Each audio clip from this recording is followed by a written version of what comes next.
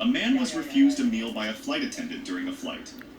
Even though he had flown many times before, this was the very first time it had ever happened to him. But here's the twist.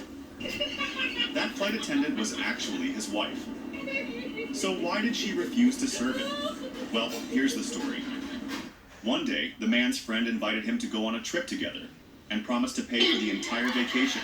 Perfect deal, right? Coincidentally, his wife told him she would be away on a business trip for a few days. So the man secretly agreed to travel with his friend without telling his wife. Before saying yes, he double-checked everything.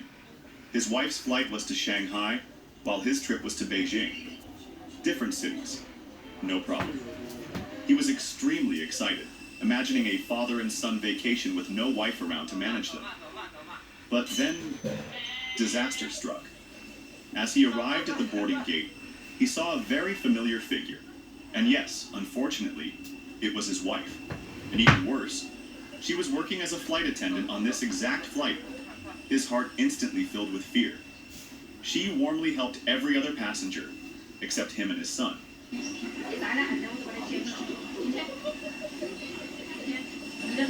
To make things even worse, during ticket inspection, their son didn't even recognize his own mother.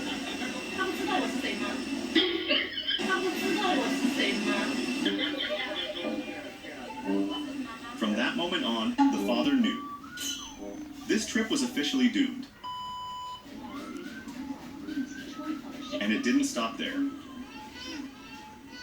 During the flight, their son kept calling another flight attendant Mom, again and again. That was the final straw.